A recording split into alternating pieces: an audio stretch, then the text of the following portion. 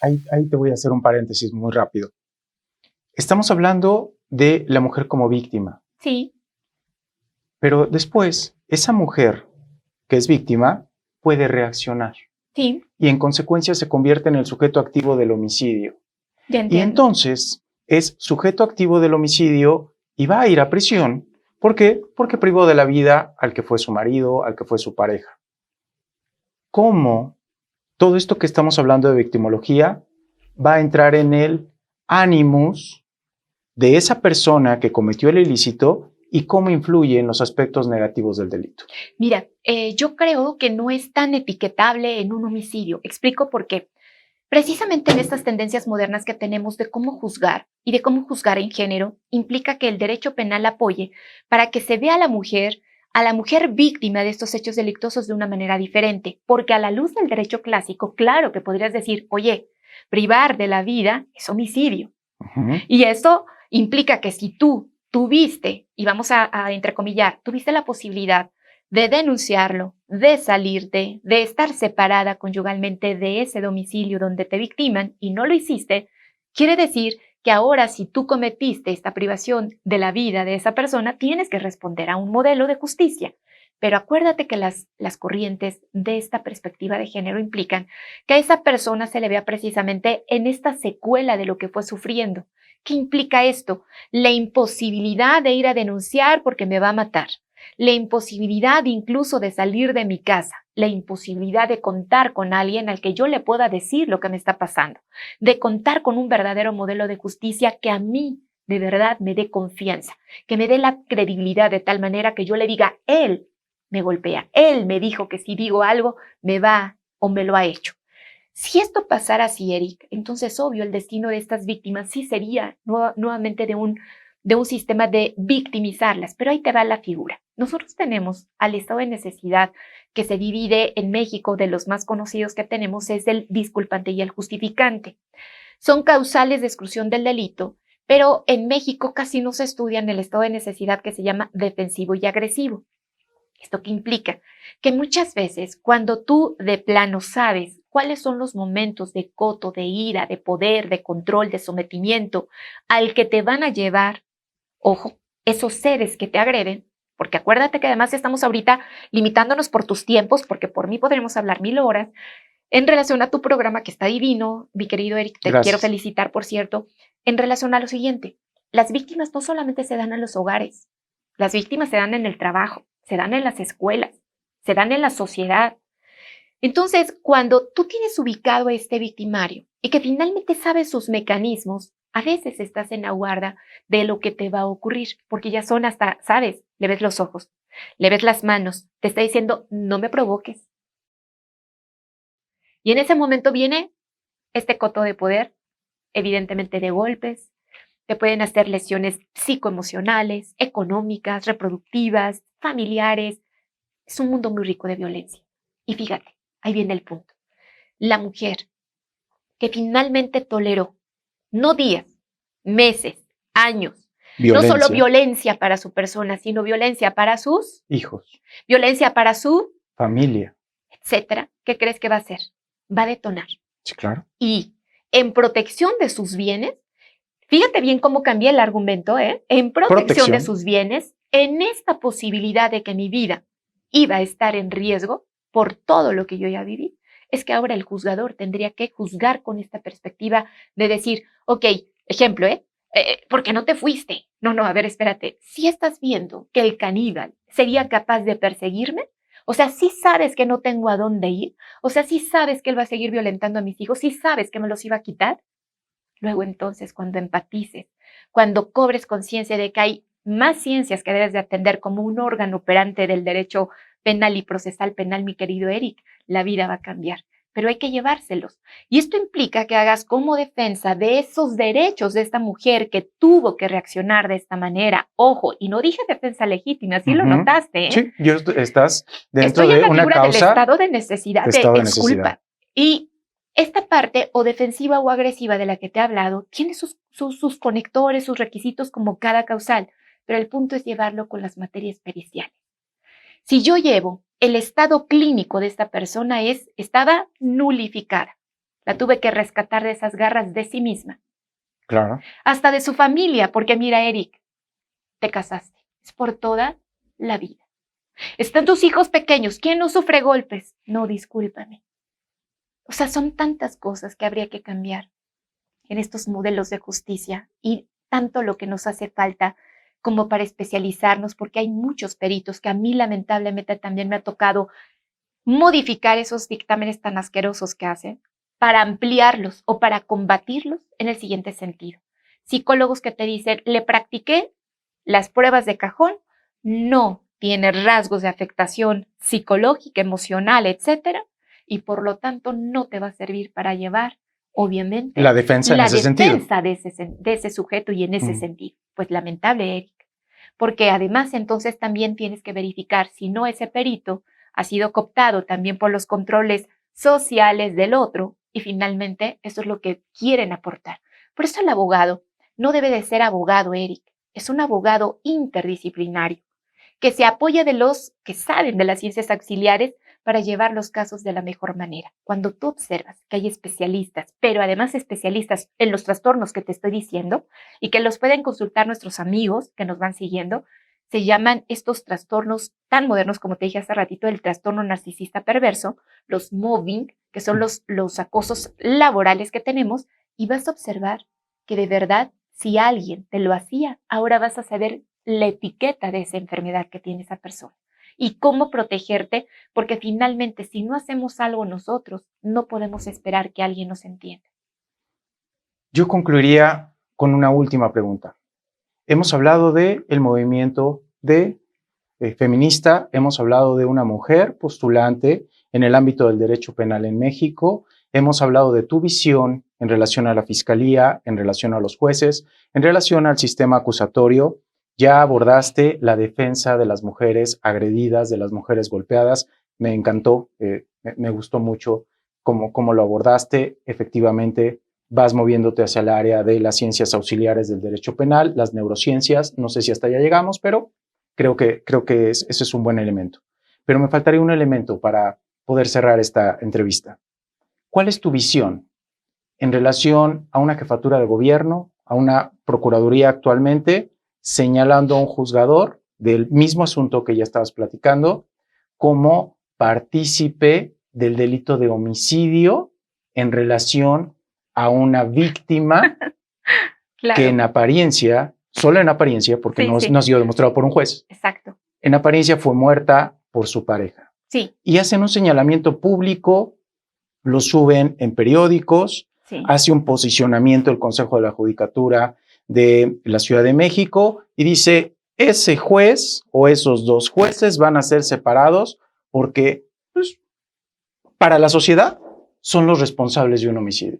Y obviamente, como especialista en teoría del delito, creo que esto que acabo de decir, por lo menos a mis oídos suena absurdo, pero yo quiero que nos lo platiques al foro, a nuestros amigos que siguen nuestro programa, que muchos de ellos pueden ser especialistas en derecho o no, son gente de empresa, son ciudadanos como tú y como yo que se dedican a cualquier otra actividad y han leído una nota donde dicen 2 jueces responsables de homicidio.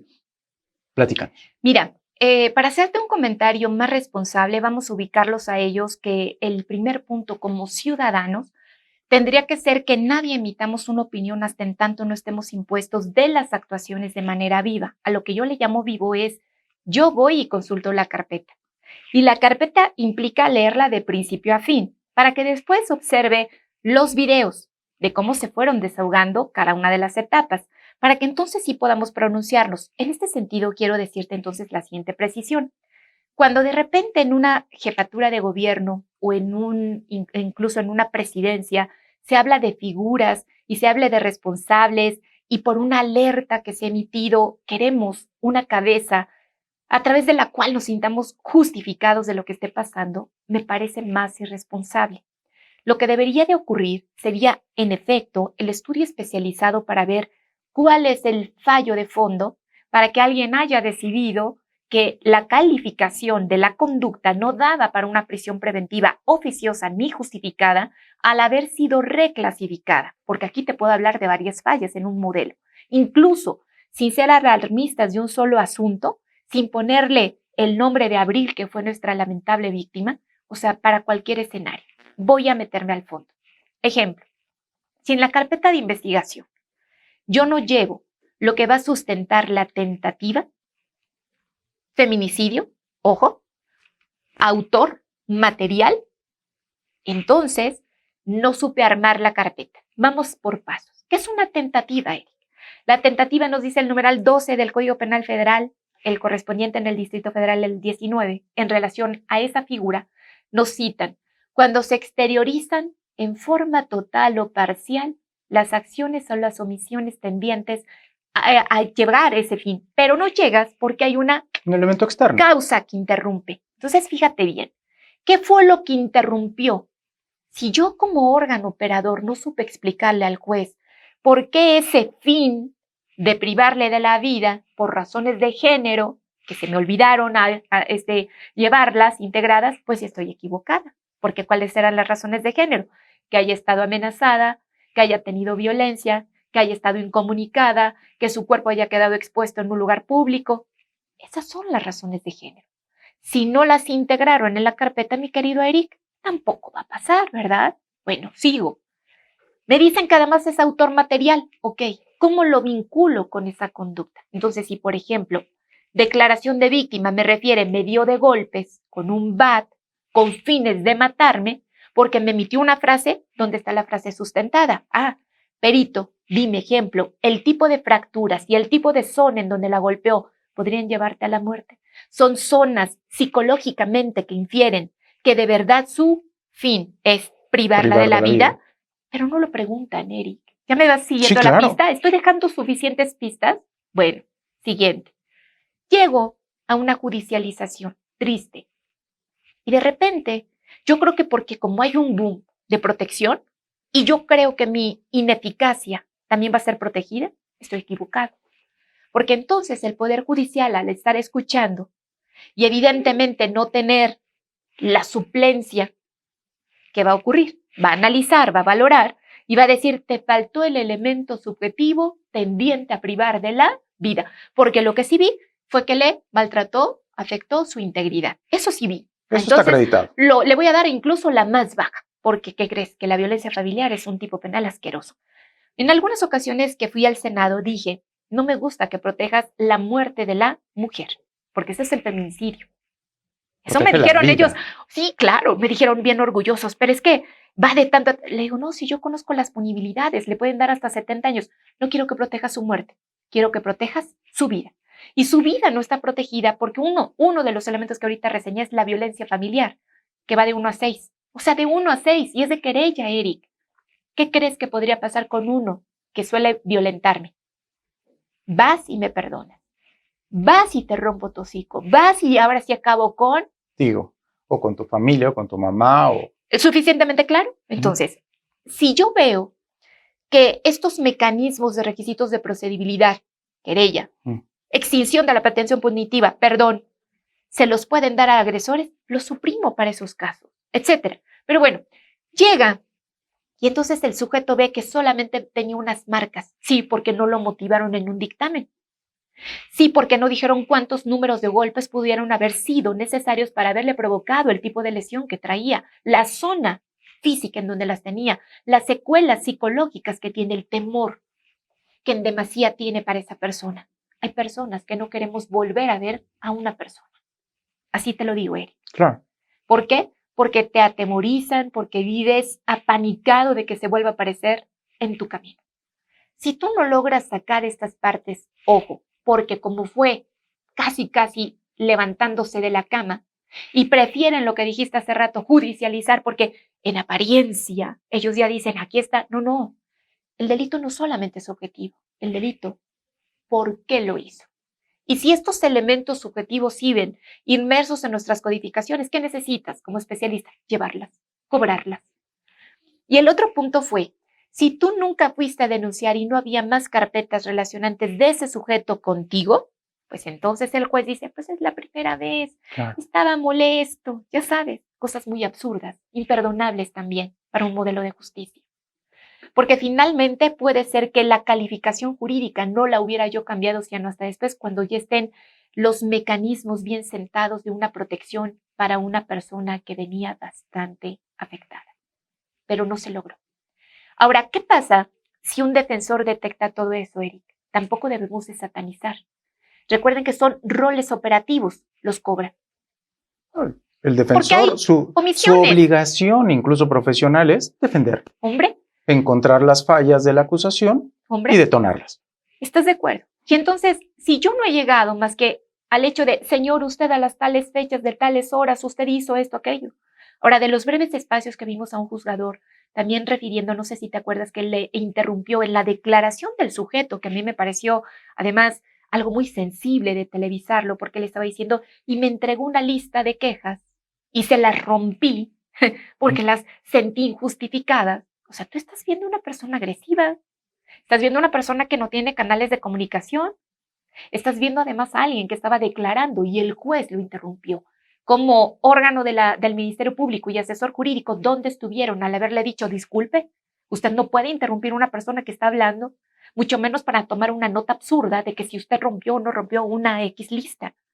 Está en un momento clave de emitir el verdadero yo. De que no obstante de saber que su derecho era no autoincriminarse, todo lo que estuviera en ese momento refiriendo, porque estaba asistido de su propio defensor, le iba a contabilizar. Pero entonces, con todo este cúmulo de fallas, tanto sustantivas como procesales, Eric, te voy a contar otra procesal, pues tuvimos ese resultado, una procesal. Si a mí me cambiaras la medida cautelar para mi representada, cuando menos que tendría que haber hecho así, en un tris. Llamar a la revisión de la medida cautelar, ojo, como incidente, porque dentro de las 48 horas desahogamos, y te notifico de lo relevante que ha habido, porque ahora ya llevé yo el sustento que no llevé, porque no lo consideré, porque no me dio tiempo como fiscalía, pero lo corrijo. Segundo, como las medidas cautelares, si son revisadas o no son impuestas o son reclasificadas, corazón, puedes hacer una apelación, ¿ok? Tienes 3 días, fíjate, de 48 a 3 días. Yo por siempre opto por los incidentes. Obvio, valoro estrategias, tiempos, posibilidades. Si un poder judicial no me la va a conceder, ¿qué hago? Llevo los elementos para que vuelvan a valorarla. No me quejo de que no me le dieron la mía, ¿viste? La inteligencia, claro. Es diferente. Sí, pero estamos hablando de estrategia de litigio. Hombre, pero no lo hicimos, Eric. Esa es la historia. No lo hicimos. Y hay una mujer muerta. Y hay una pero el problema, muerta. Eric, es que además empieza la boca a soltarse y dicen, es que fue fulano. A ver, espérame.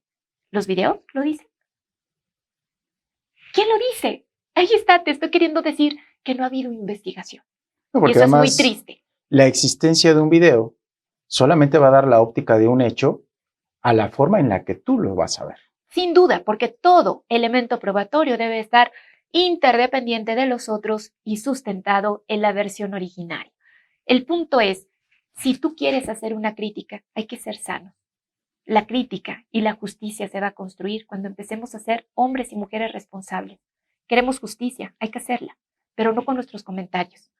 Hay que comprometernos y si hay cámaras públicas, privadas, Eric, que fue una propuesta, consérvenlas más tiempo, porque lo indubitable son los registros ópticos que tenemos y que de manera interpretativa nuestros testigos peritos no los pueden extraer. El video es original, no está alterado, punto.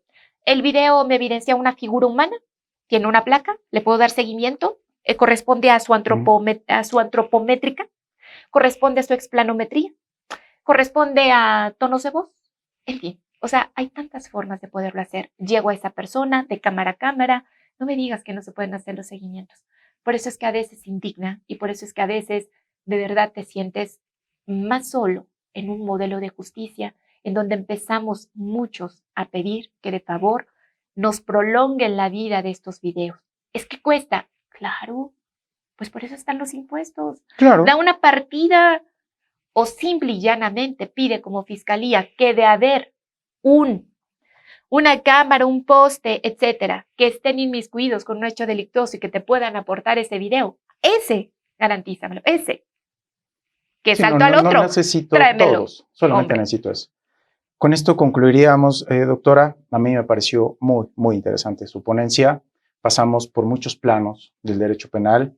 Llegamos a donde creo que a la sociedad le interesa mucho saber la interacción del derecho penal, la interacción de las fiscalías, la interacción de los jueces, para saber un punto muy relevante, que es la justicia. Sin duda. La sociedad es lo que está esperando y no creo que estemos tranquilos con el solo hecho de decir que el juez está mal. No. El fiscal está mal. No. Es que no tenemos dinero. A las personas que son víctimas de un delito es lo que menos les interesa. Claro. Ellos lo que quieren saber es que se resuelva un asunto, sí, que ese asunto se resuelva de la manera más favorable y que no sea uno más en una cadena de errores en los cuales hemos generado de manera poco afortunada. Y con esto concluyo, amigos. Hay muchas voces que hablan de errores en el sistema penal acusatorio. Yo no creo que el sistema tenga errores. Lo que yo creo es que los operadores tienen una serie de errores en los cuales no hemos logrado llevarlo al 100%, y en materia de política criminal se nos ha hecho más fácil a los gobiernos ampliar el catálogo de prisión preventiva, claro, hacer más laxos los sistemas, meter todo a delincuencia organizada y minimizar los derechos de las personas para poderlas llevar a la cárcel, porque de otra manera no puedo. No contengo. No contengo. Doctora, muchas gracias por estar con nosotros. Seguramente en alguna otra ocasión, si usted nos los permite, yo sé que su agenda es apretada. Agradezco que el día de hoy haya tomado un tiempo.